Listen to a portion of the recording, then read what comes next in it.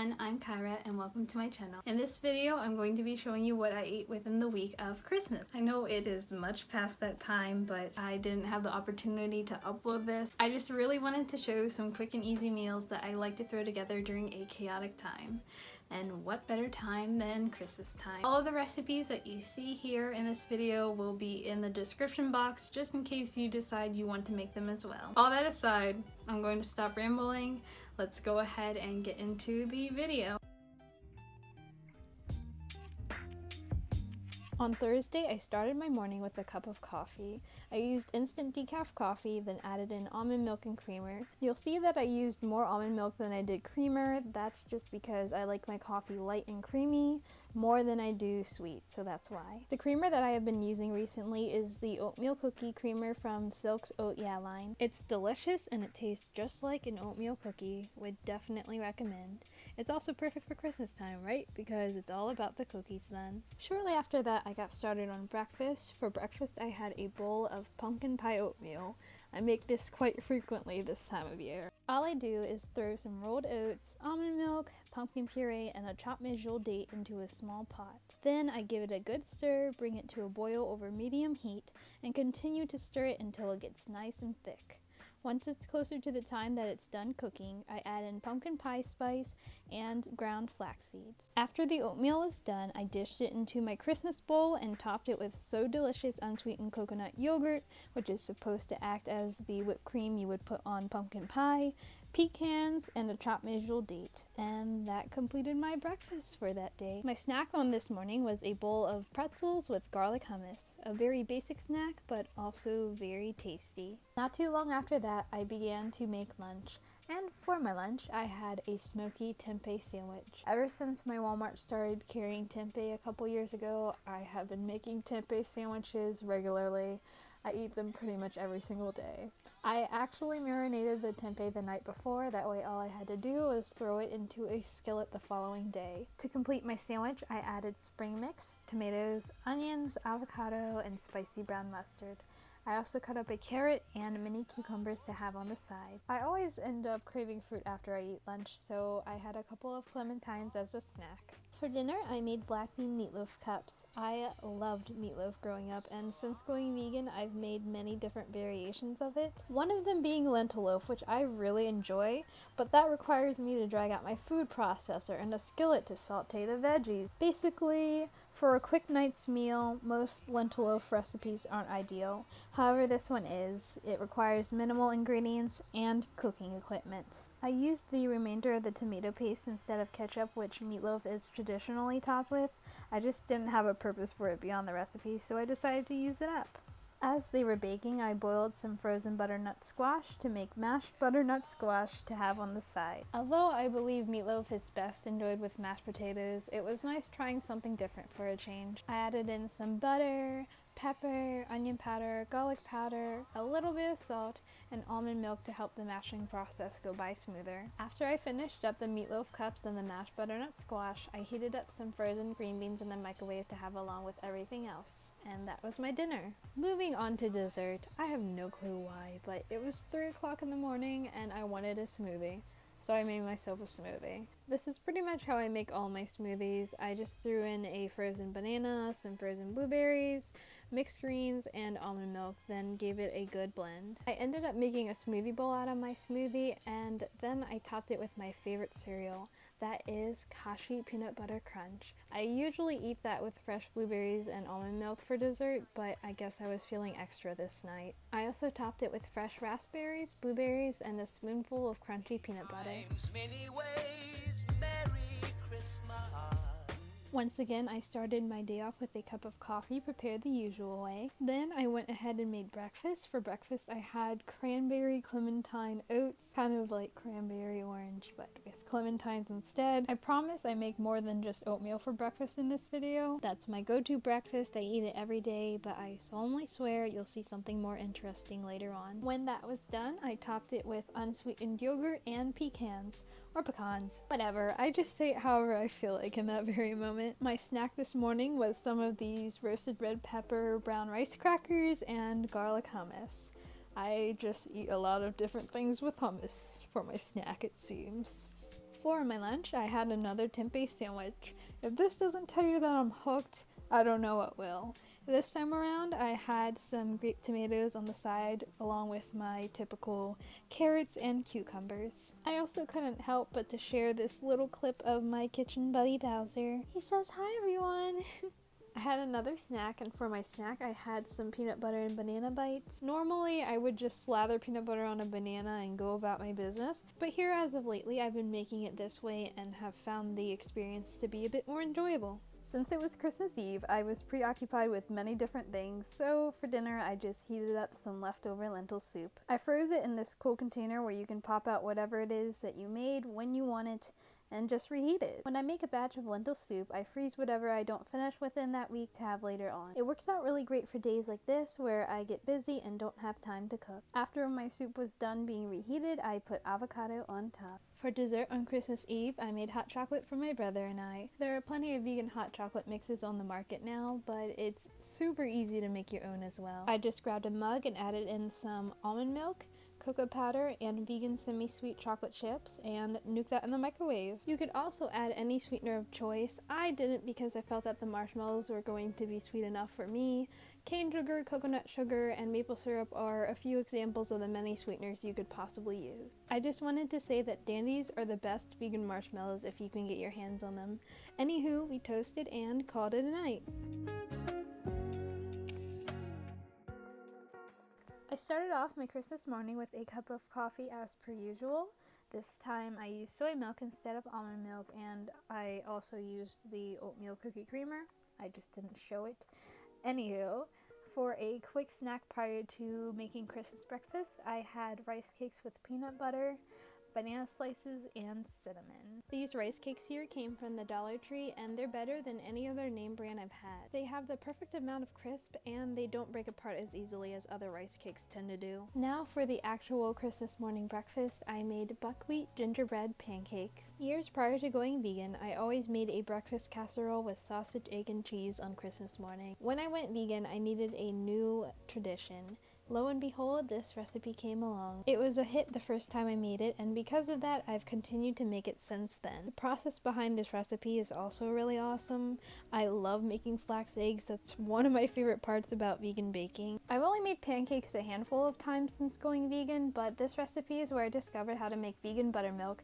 It's really simple too. Just add 1 tablespoon of vinegar or lemon juice to 1 cup of non-dairy milk. Soy milk provides the best results in my experience, but you could switch it with whatever non-dairy milk you'd like. Then I combined the flax egg and the buttermilk with molasses and added the mixture to the dry ingredients. The dry ingredients were buckwheat flour, oat flour, cinnamon, allspice, ginger, nutmeg, cloves, a little bit of salt, which you didn't see me add, but I did add, and baking powder. Once everything was well combined, I greased a skillet with coconut oil to begin making the pancakes. Did I commit a big sin by making pancakes in a square skillet? Absolutely, yes I did.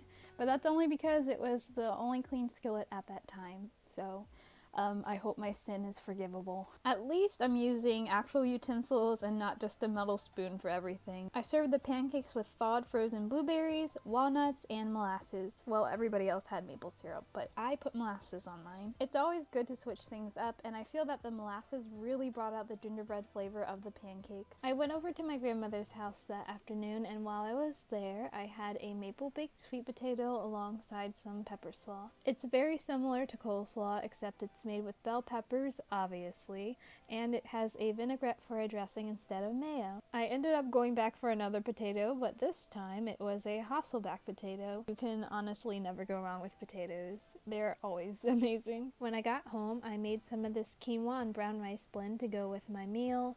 I never use the seasoning packets. I end up giving them to my family. I just prefer to use my own seasonings and adjust it according to what I'm making. As that was cooking, I made some tofu in my electric skillet. I added a bit of olive oil spray to the pan and seasoned the tofu with onion powder, garlic powder, and black pepper. Once the quinoa blend and tofu were done, I served it with a few handfuls of mixed greens, a California blend that I heated up in the microwave, avocado, grape tomatoes, and a spoonful of garlic hummus. I also drizzled some tahini on top. I am certainly rekindling my love for tahini as it's not something I use too often. For whatever reason this week I was on a tahini kick, and you'll see that.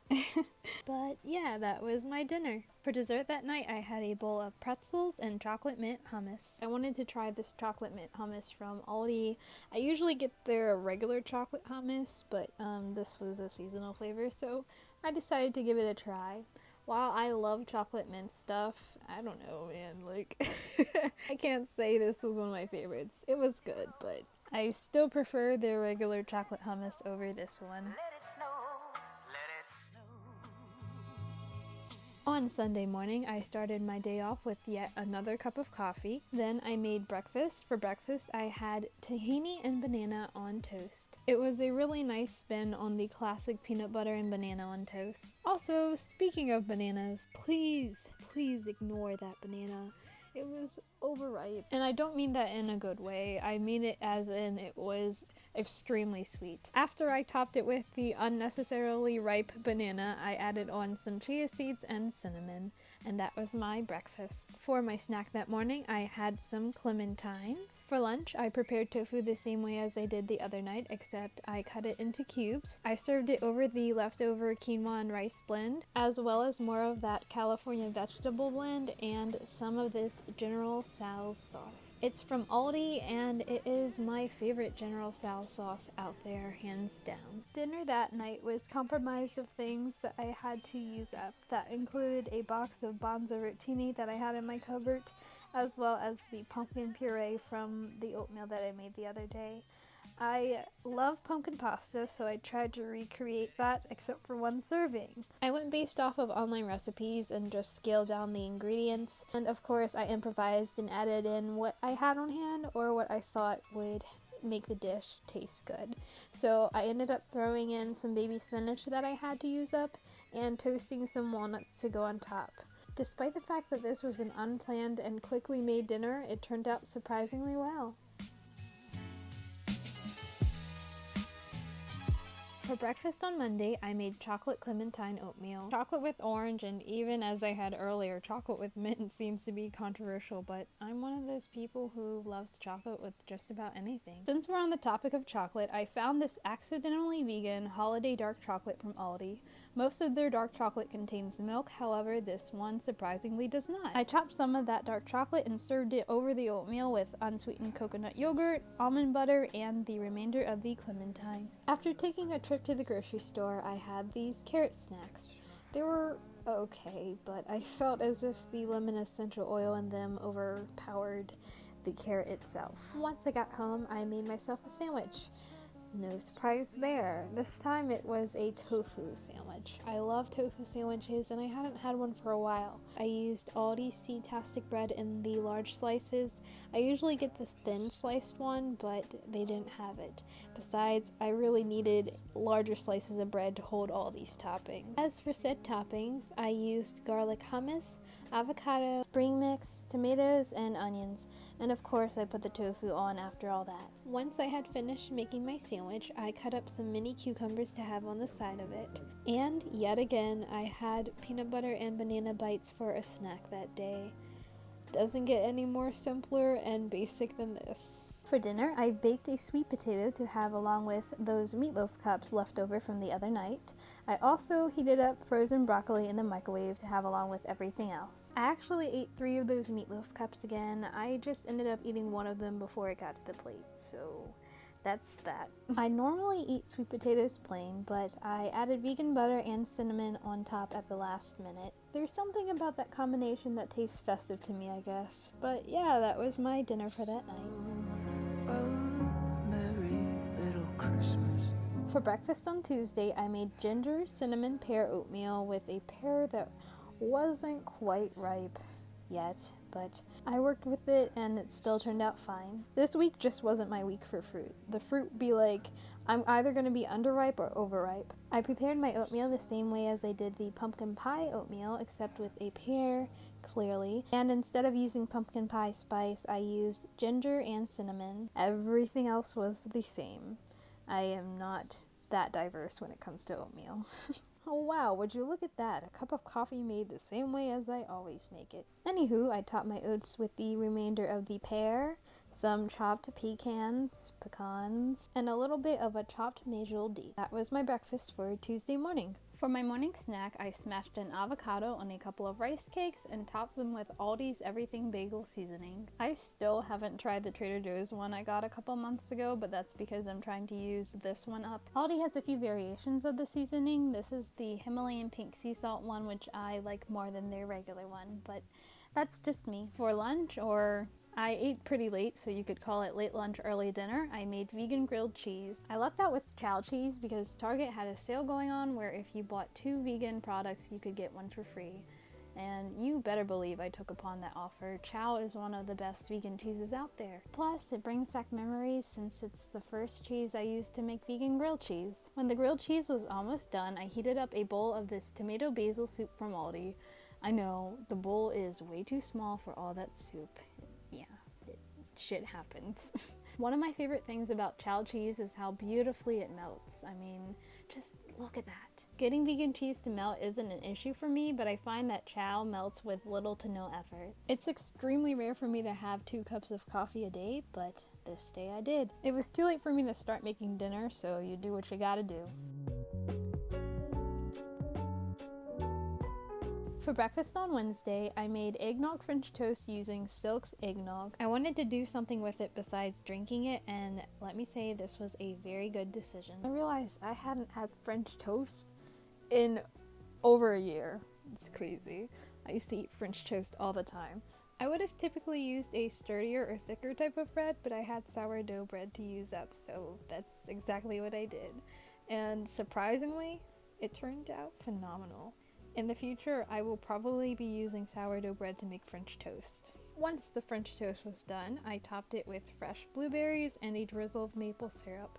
Then I contemplated because I thought it needed a little something extra. I seriously stood there for a few moments going between vegan butter, powdered sugar, which would have also been really good, just to end up throwing banana slices on top. I think I was having banana withdrawal syndrome from not having one the day before. For my snack that day, I had rice cakes with peanut butter and a sliced pear on the side. It was riper than the pear I had yesterday, that's for sure. For my lunch, I roasted a batch of sweet potatoes and Brussels sprouts in a little bit of olive oil spray so I could throw it into a bowl with a bunch of other ingredients. As that was roasting, I made more of this quinoa blend. Once again, I did not use the seasoning packet it came with. I made a very basic tahini dressing to go over the bowl. All I did was mix tahini with minced garlic, lemon juice, and black pepper. Then I watered it down until it was the right consistency. I also made tofu the way I always do and served everything over a bed of mixed greens. For dinner, I made buffalo chickpea chili. You can most definitely make chili in many different ways, but this one in particular reminds me of buffalo chicken dip. One of my mom's employees used to make it and bring it for their Christmas party each year. It was super good. When I was a teenager, I'd volunteer at the Christmas party, and I distinctively remember standing by the crock pot eating copious amounts of the stuff. And despite the fact that this is chili, it still tastes pretty close to the dip itself. It's just not a dip, it's chili. The chili gives me nostalgia of the Christmas party, so that's probably why I enjoy it over the holidays so much. Now the recipe calls for vegan cream cheese, and I didn't have any on hand, so I swapped it for garlic hummus. It still makes it very creamy, and even though I've made this recipe with cream cheese once, I end up coming back to hummus because there's something magical about it. When I was done mixing in the hummus, I topped my chili with diced avocado and crushed tortilla chips. One quick thing I'd like to mention, if you do add vegan cream cheese or hummus to it, it usually goes into the entire batch. However, for me, I actually enjoy the chili on its own without either of those things, so if I want those things, I usually just stir it into a single bowl. But yeah. Lastly, I made vegan chocolate chip cookies. I really wanted to make them on Christmas Eve, but I didn't get a chance to, so here I am on this day making them. I haven't tried out too many vegan chocolate chip cookie recipes, but this one is my favorite because I can use cane sugar without it affecting the end result of the cookie. Usually when you use cane sugar, it's more heavier and dense than refined white sugar, so the cookie doesn't spread out much. If you want really good vegan chocolate chips that aren't as expensive as Enjoy Life or are free of allergens, I highly recommend Walmart's Great Value organic chocolate chips. I like the size of them better than Enjoy Life anyway, because my Walmart only carries the mini morsels. These cookies always turn out how I imagine a cookie would be. Crisp on the outside and soft and chewy on the inside. As expected, I ended my night with a couple of the cookies and a glass of almond milk. That concludes this What I Eat in a Week. I hope you enjoyed it. I also hope that me talking for 20 minutes straight was at least somewhat entertaining. Thank you so much for watching and take care. Bye!